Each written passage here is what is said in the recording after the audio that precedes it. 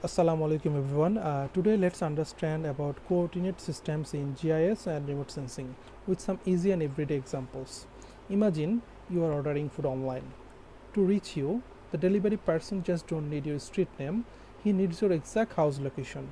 That is where coordinates come in. Just like your home has an address, in GIS every point on the earth has x and y value, which works like latitude and longitude.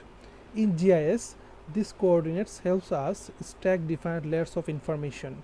For example, let's we want to build a park in a city, and we can layer maps, population, and also schools location, also open land use locations, because they all share same coordinate system, and everything lines up perfectly, and the planners can easily understand which is the best place to build the park.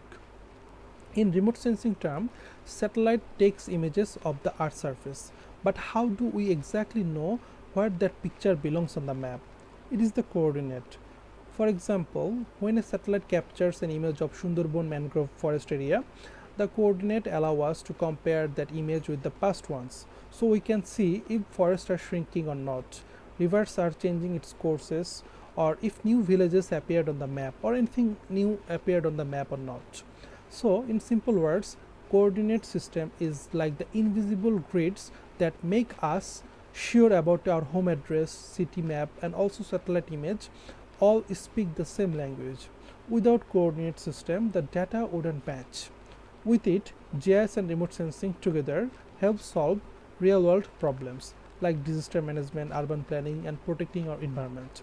That is how the system or the coordinate system quietly but powerfully connect the digital world to the real world we live in. Thank you everyone.